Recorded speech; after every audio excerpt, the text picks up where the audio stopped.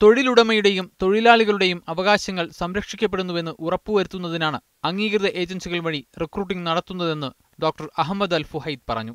Recruiting നടപടികൾ സുതാര്യവും സുഗമവുമാക്കേണ്ടതാണെന്നും അദ്ദേഹം പറഞ്ഞു.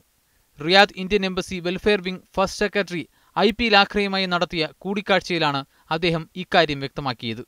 മന്ത്രാലയ ഉദ്യോഗസ്ഥരും സ്വകാര്യ മേഖലയിലുള്ള തൊഴിലുടമകളുടെ പ്രതിനിധികളും ചർച്ചയിൽ പങ്കെടുത്തു. വീട്ടുജോലിക്കാരുടെ റിക്രൂട്ടിംഗുമായി ബന്ധപ്പെട്ട് ഇരു രാജ്യങ്ങളും തമ്മിൽ നേരത്തെ പൂർത്തിയാക്കിയ കരാറിനെക്കുറിച്ചും ഇരു സംഘവും സംസാരിച്ചു. സ്വകാര്യ തൊഴിലുടമകൾ ഉന്നയിച്ച അന്വേഷണങ്ങൾക്ക് ഇന്ത്യൻ അധികൃതർ വ്യക്തമായ മറുപടി നൽകി. സ്വകാര്യ വ്യക്തികളുടെ ആവശ്യങ്ങൾക്കായി നടത്തുന്ന റിക്രൂട്ടിംഗ് നടപടികളുടെ വിശദവിവരങ്ങൾ 1.5 മാസം മുമ്പ് പുറത്തിറക്കിയ മുസാനിദ് വെബ്സൈറ്റിൽ ലഭ്യമാണ്. കരാർ സംബന്ധിച്ച വിശദാംശങ്ങളുടെ കോപ്പികൾ അംഗീകൃത കമ്പനികളുടെയും ഓഫീസുകളുടെയും പ്രതിനിധികൾക്ക് കൂടിക്കാഴ്ചയിൽ വിതരണം ചെയ്തു.